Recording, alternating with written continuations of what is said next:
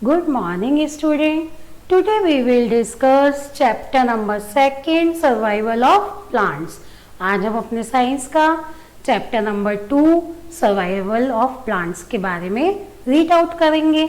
इससे पहले भी मैं आपको इसकी 2 वीडियोस भेज चुकी हूँ जिसमें हमने क्या पढ़ा था कि प्लांट्स को 2 ग्रुप्स में बांटा गया है, एक्वेटिक प्लांट्स और टेरिटिशियल प्लांट्स। इससे पहले वाली लास्ट वीडियो में मैंने आपको एक्वेटिक प्लांट्स के बारे में बता दिया था और उसके तीनों टाइप्स के बारे में भी आपको समझा दिया था अच्छे से। फिक्स्ड प्लांट, फ्लोटिंग प्लांट और सबमर्ज प्लांट सबके बारे में मैंने आपको अच्छे से समझा दिया था। इसके बाद अब हमारा आता है टेरेस्ट्रियल प्लांट्स।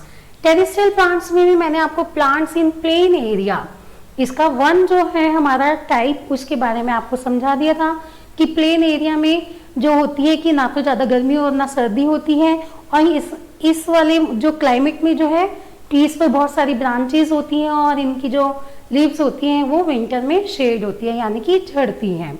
और सेकंड मैंने आपको बताया था कि इसके एग्जाम्पल क्या है, मैंगो, पीपल, नीम, बैनियन, ये सब इसके एग्जाम्पल है। कौन कौन से एग्जाम्पल है इसके? मैंगो, पीपल और बैनियन ट्री, ये इसके एग्जाम्पल है। इतना हमने रीड आउट कर लिया था हमने लास्ट वीडियो में। अब इसके आगे हम जो टेरेस्ट्रियल प्लांट के और टाइप्स है 5, plants in marshy area, plants in mountain area, plants in deserts, plant in grasslands and plants in coastal area. आज हम इन पांचों के बारे में डिटेल में डिस्कस करेंगे। Okay, let's start. यहाँ पे आपका वैसे बुक का पेज भी ओपन हो गया है और आपके पास अगर बुक है तो आप बुक भी ओपन कर सकते हैं, पेज नंबर 1717। ठीक है, अब सबसे पहले हम plants in marshy area, मर्शी area के बारे में जानेंगे। मर्शी एरिया वो एरिया होता है जहाँ पे मतलब बहुत ज्यादा मिट्टी होती है और पानी भी बहुत ज्यादा पाया जाता है, मतलब एकदम दलदल वाली जगह होती है ना, दलदल से भरी हुई, उस जगह को हम मर्शी एरिया कहते हैं।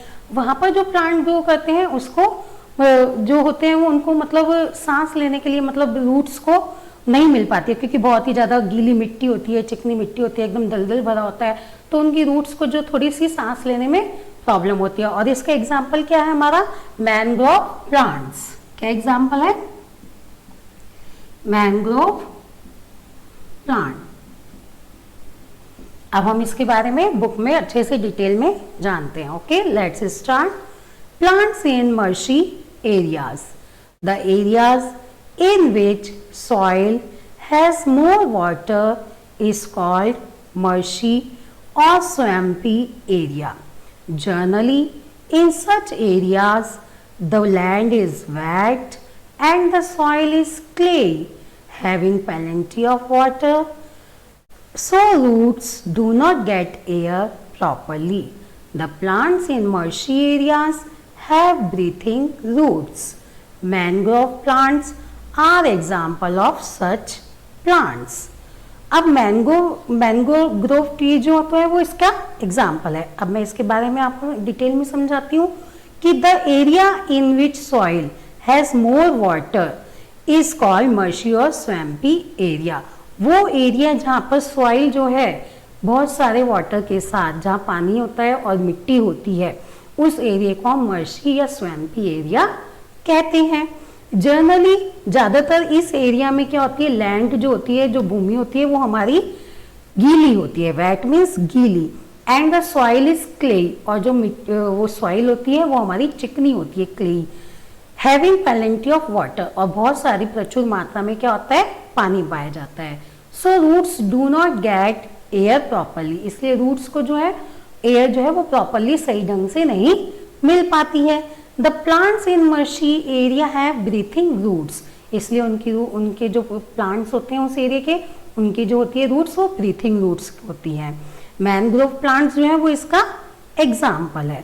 ओके, अब आपको ये समझ में आ गया होगा मर्शी एरिया। अब हम नेक्स्ट चलते हैं plants in mountain area. Mountain जैसे नाम से ही पता चल रहा है, माउंटेन और हिल एरिया यानी कि पहाड़ी इलाका जहाँ पर ठंड होती है बहुत ज्यादा, है ना, तो इसके बारे में हम रीड आउट करते हैं। प्लांट्स इन माउंटेन और hilly areas, it is generally cold in हिली और mountain areas. Most of the trees in such areas are tall, straight and evergreen. A few trees have needle-like leaves. The shape of the tree is generally conical. Pine and fir are example of such trees. अब इस area के बारे में वो क्या बता रहा है कि माउंटेन और हिली एरिया जो होते हैं ज़्यादातर वहाँ पर क्या होती है, कोल्ड होती है, ठंड पाई जाती है इन एरियाज में. Most of the trees in such areas are tall, straight and evergreen. इस एरिया के जो ट्रीज होते हैं वो टॉल होते हैं, लंबे होते हैं, स्ट्रेट होते हैं और एवरग्रीन यानी कि हमेशा ग्रीन रहते हैं. If you trees have needle like leaves, और कुछ ट्रीज जो होते हैं ना वो निडल यानी कि सुई की तरह दिखती है उनकी क्या, पत्तियां जो होती हैं उनकी लीव्स जो होती हैं वो सुई की तरह दिखती है. The shape of the tree is generally conical. Conical मतलब कोन की तरह शेप होती है. आप यहाँ एग्जाम्पल में भी देख रहे हैं, पिक्चर आई हुई है. कौन सी पिक्चर है, एक तो पाइन ट्री की और फिर ट्री की. पाइन ट्री और फिर ट्री कैसे दिख रहे हैं, हमारे कोन की तरह दिख रहे हैं और इनकी पत्तियां भी कैसी हैं, एकदम सुई की तरह नुकीली.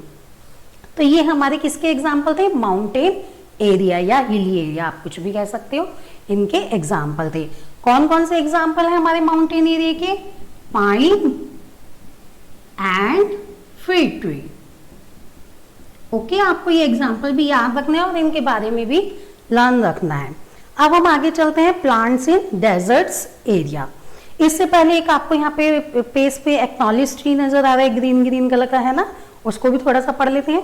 उसमें क्या लिखा है, deciduous trees shed their leaves in winter to protect themselves from cold and new leaves appear again in spring season.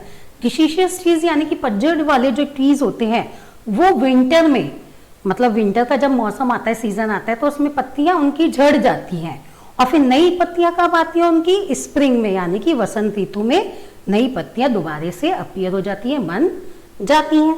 और दूसरा बताया उन्होंने एवरग्रीन ट्रीज के बारे में कि evergreen trees do not shade there leaves at all and remain green through out the year. और जो एवरग्रीन ट्रीज होते हैं वो हमेशा ही ग्रीन रहते हैं, उनकी पत्तियां जो है वो पूरे साल कभी भी नहीं झड़ती हैं. ठीक है, दोनों ट्रीज के बारे में आपको बता दिया गया है, डिसीजियस ट्रीज और एवरग्रीन ट्रीज. अब इसके नीचे है प्लांट्स इन डेजर्ट्स एरिया. अब हम प्लांट्स इन डेजर्ट एरिया के बारे में जानेंगे. Mostly the desert area are hot, dry and sandy, so plants need to retain water and obtain water from deep inside the earth. The roots of these plants are long and spread out. Most desert plants have a few small leaves or no leaves, but they have spines to avoid loss of water through transpiration. They have green fleshy stem that contain chlorophyll to make food. Cactus and prickly pear are examples of such plants. अब desert area के बारे में हम जानेंगे. Desserts आपको पता ही रेगिस्तान इलाका है जो कि ज़्यादातर गर्म, सूखा और रेतीला माना जाता है, हॉट, ड्राई एंड सैंडी. ये एरिया हमारा ऐसा ही होता है. So plants need to retain water and obtain water from deep inside the earth. इसलिए प्लांट्स को क्या आवश्यकता होती है, पानी को प्राप्त करना. ऑब्टेन मतलब प्राप्त करना और रिटेन मतलब उसको रोक के रखना. और उसके लिए वो क्या करते हैं, डीप इनटू द अर्थ, अर्थ के अंदर, जमीन के एकदम गहराई में जाते हैं पानी लेने के लिए. क्योंकि रेगिस्तान एरिया, सूखा देश है, तो एकदम हमारे जो है वो जमीन के एकदम गहराई में पानी मिलता है. The roots of this plants are long and spread out. और इस प्लांट्स की रूट्स कैसी होती है, लंबी होती है. लंबी होंगी जब तो वो वाटर लेके आ सकेंगे. और स्प्रेड आउट मतलब फैली हुई होती है, लंबी होती है और फैली हुई होती है. Most desert plants have a few small leaves or no leaves. और जो डेजर्ट प्लांट्स होते हैं उनमें ज़्यादातर या तो कम, few means कम और small means छोटी, या तो छोटी पत्तियां पाई जाती है या no leaves, या फिर पत्तियां होती ही नहीं है. But they have spines. Spines means क्या होते हैं, कांटे. लेकिन उनमें क्या होते हैं, कांटे होते हैं जो avoid loss of water through transpiration, और जो कम पानी यूज करते हैं, मतलब ट्रांसपिरेशन के द्वारा. ट्रांसपिरेशन क्या होता है, ये एक तरह का है ना पौधे या पत्ते की सतह पर जल कण या वाष्प के द्वारा जो मतलब पौधे जो पानी लेते हैं वो पूरा ऑब्जर्व नहीं कर पाते करते हैं, मिट्टी से जो उन्हें पानी लेते हैं तो वो कुछ पत्तों पे रह जाते हैं, तो उसके द्वारा जो है ये ले लेते हैं अपना ट्रांसपिरेशन प्रक्रिया के द्वारा। दे हैव ग्रीन फ्लशी स्टम, और इनकी जो स्टम होती है वो ग्रीन कलर की होती है इन पेड़ों की, पौधों की, प्लांट्स की, जिससे क्या होता है ग्रीन कलर होने से उनमें कौन सा हमारा सब्सटेंस पाया जाता है, क्लोरोफिल। क्लोरोफिल मैंने आपको बताया था किसमें हेल्प करता है, उनको फोटोसिंथेसिस प्रक्रिया में हेल्प करता है, जिससे वो अपना खाना आसानी से बना लेते हैं। तो that contains chlorophyll to make food, जिससे वो अपना खाना आराम से बना लेते हैं। Cactus and prickly pear are example of such plants, तो इसके एग्जाम्पल जो है वो कैक्टस और प्रिकली पियर है। ठीक है, जो नेक्स्ट पेज पे हमारे लगे हुए हैं, आप नेक्स्ट पेज ओपन कर सकते हैं अपना। तो इसके एग्जाम्पल हमारे क्या है, डेजर्ट एरिया के cactus and prickly peer. Okay, ये हमारे इसके एग्जाम्पल है। अब आप इसकी पिक्चर भी देख सकते हैं, स्क्रीन पे भी आ गई है, कैक्टस की पिक्चर लगी हुई है और ऑप्यूनिटागिया। ठीक है, अब हम डेजर्ट के बारे बाद में हमारा किसका आता है, ग्रासलैंड। ग्रासलैंड के बारे में जानेंगे। Plants in grasslands, these area are covered with grasses, generally small trees are scattered in such area. अब इस एरिया जो है वो कवर्ड होता है, मतलब ढका हुआ होता है, किससे ढका होता है, ग्रासेस यानी कि घास से। एकदम ग्रासलैंड किसे कहेंगे, जो घास से एरिया ढका हुआ है उसको। Generally small trees are scattered in such area, ज्यादातर छोटे छोटे पौधे जो होते हैं, पेड़ जो होते हैं वो फैले हुए होते हैं इस एरिया में। तो इसके बारे में छोटा सा इतना सा लिखा है क्योंकि इसका एग्जाम्पल हमारा क्या होगा, ग्रास। क्या होगा हमारा एग्जाम्पल, ग्रास। और उसकी आप पिक्चर भी देख रहे हो, एकदम ग्रास सारे में फैली हुई होती है इस एरिया के अंदर। अब नेक्स्ट हमारा आ जाता है कोस्टल एरिया, यानी कि तटीय क्षेत्र जो हमारे समुद्र और बीच और के आसपास होते हैं।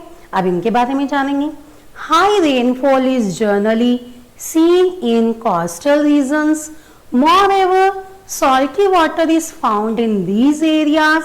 The trees in such areas have lots of leaves which do not get shade in winter. Coconut, sugarcane, rice and rubber plants are seen in coastal region. अब coastal region के बारे में क्या बता रहे हैं, high rainfall is generally seen in coastal region, यानी कि कोस्टल रीजन यानी कि तटीय क्षेत्रों में ज्यादातर हाई रेनफॉल यानी कि बहुत ज्यादा बारिश पाई जाती है। Moreover salty water is found in this area, और ज्यादातर यहाँ पर सॉल्टी वाटर यानी कि नमकीन पानी जो होता है वो मिलता है इस एरिया में। The trees in such areas have lots of leaves which do not get shed in winter, और इस एरिया के जो ट्रीज होते हैं उसमें लॉट्स ऑफ लीव्स यानी कि बहुत मात्रा में पत्तियां होती है, और जो डू नॉट गेट शेड यानी कि झड़ती नहीं है, कब, विंटर में। इसकी मतलब पत्तियां हमेशा रहती हैं और झड़ती नहीं है। और इसके एग्जाम्पल हमारे क्या है, coconut, sugar cane, rice, rubber plants are seen in coastal region. ये सब इसके एग्जाम्पल हैं, जिसमें से 2 की पिक्चर्स तो आपको दिखाई हुई भी है बुक में, कोकोनट और रबर की। तो हम इसके एग्जाम्पल क्या लिखेंगे, कोकोनट, कोकोनट, शुगर कैन। ठीक है, ये हमारे इसके एग्जाम्पल हो गए। तो अब हमने marshy area, mountain area, desert, grassland और कोस्टल एरिया के बारे में अच्छे से डिटेल में जान लिया। अब इस पेज में एक आपका एक्नॉलेज ट्री और भी है, वो भी रीड आउट कर लेते हैं। Rain forests are hot and wet forests that are found mostly near the equator. They receive high rainfall. The trees they are evergreen.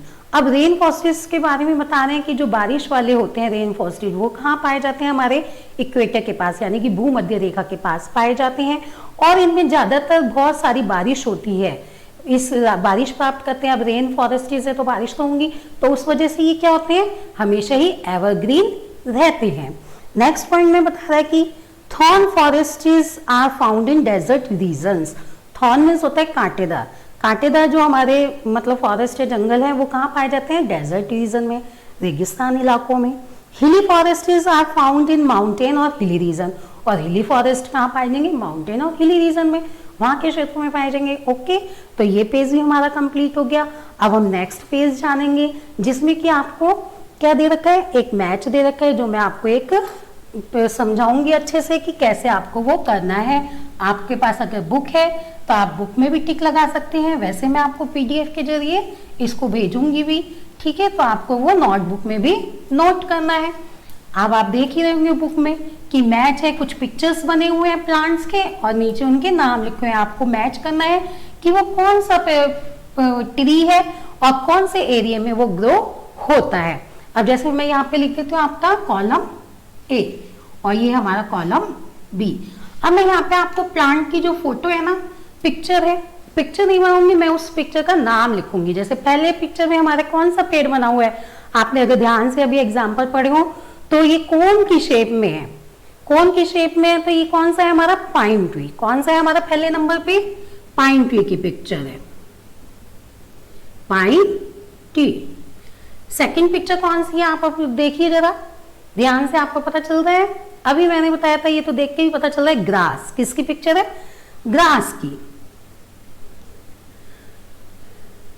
Third picture हमारी किसकी है, देखो एकदम कैसा सा एरिया है, पानी है बहुत सारा और मिट्टी भी है। तो ये हमारा किसका है, मैनग्रोव ट्रीज। कौन सा है ये हमारा, मैनग्रोव ट्री। नेक्स्ट पिक्चर देखो कांटेदार है एकदम प्लांट हमारा, तो ये कौन सा है, कैक्टस। कौन सा है, कैक्टस। अभी आपने पिक्चर्स देखी भी है, एग्जाम्पल में मैंने आपको दिखाई भी थी सारी पिक्चर्स और बताए भी थे नाम। नेक्स्ट पिक्चर देखो कौन सी है, देख के भी पता चल रहा होगा, इसमें लटक भी रहे हैं आपके कोकोनट, नारियल्स है ना। तो ये कौन सा हमारा ट्री है, कोकोनट ट्री। अब आपके यहाँ पे नेक्स्ट बी में आपके कॉलम में नाम लिखे हैं एरिया का। पहले नंबर पे लिखा हुआ है मर्शी एरिया, सेकंड नंबर पे आपके लिखा हुआ है डेजर्ट, थर्ड आपके लिखा हुआ है ग्रासलैंड, फोर्थ आपके लिखा हुआ है कोस्टल एरिया और 5 आपके लिखा हुआ है हिली एरिया। हिली कह दो आप, माउंटेन कह दो, कोई सा भी बोल सकते हो। अब आपको इनको आपस में मैच करना है। अब आपको पता है कि ग्रास, मर्शी एरिया, सॉरी पहले पाइन ट्री आया है हमारा, पाइन ट्री। पाइन ट्री किससे मैच होगा, किसका एग्जाम्पल है, आपने अगर ध्यान से पढ़ा हो अच्छे से तो पाइन ट्री हमारा किसका है एग्जाम्पल, हिली एरिया का, माउंटेन एरिया का। मैंने उसमें आपको बताया था ना, हिली या माउंटेन या पाइन ट्री और फील्ड ट्री, ये हमारे दो एग्जाम्पल थे माउंटेन एरिया के, हिली एरिया के। अब है ग्रास। ग्रास तो आप सबको ही ध्यान होना चाहिए, ग्रास किसका है हमारा, ग्रास लैंड। अब है मैनग्रोव। मैनग्रोव मैंने आपको बताया था, मैनग्रोव ट्री जो है वो कहां पर होता है, जहाँ की मिट्टी जो होती है वो थोड़ी गीली सी होती है, चिकनी होती है, बहुत सारा पानी पाया जाता है, एकदम दलदल से भरा एरिया। कौन सा था हमारा वो, मर्शी एरिया। Okay, cactus. कैक्टस तो आपको पता ही है कांटेदार पेड़ है, तो वो कहाँ होता है हमारा, डेजर्ट में, रेगिस्तान एरिया में। नेक्स्ट है कोकोनट। कोकोनट हमारा कोस्टल एरिया। तो ये हमारा है मैच, जो मैंने आपको बुक में भी अच्छे से समझा दिया, बता दिया है, ठीक है। और इस पेज में आपको नीचे चार्ट दिया गया है एक बना के, जिसमें प्लांट्स के बारे में मैंने आपको पहले से ही समझाते थे कि प्लांट्स को 2 ग्रुप्स में बांटा गया है, एक्वेटिक प्लांट्स और टेरिडोरियल प्लांट, और उनके पार्ट्स भी मैंने आपको अच्छे से समझा दिए। तो ये हमारा ये वाला टॉपिक तो यहीं खत्म हो गया। अब इसके नीचे अब हमारा नेक्स्ट टॉपिक स्टार्ट होता है, जो है classifying plants on the basic of how they obtain food. अब प्लांट्स को हमें किस ग्रुप में बांटना है, किस तरह से वर्गीकृत करना है, ऑब्टेन देयर फूड, यानी कि वो अपना खाना कैसे प्राप्त करते हैं। तो इसका भी हमारा ये एक टॉपिक है जो हम नेक्स्ट वीडियो में रीड आउट करेंगे। आज हम अपना इतना ही चैप्टर रीड करेंगे, इसको आपको अच्छे से समझना है और इसके साथ जो मैं वर्क भेजूंगी वो आपको नोटबुक में नोट भी करना है। Okay, thank you.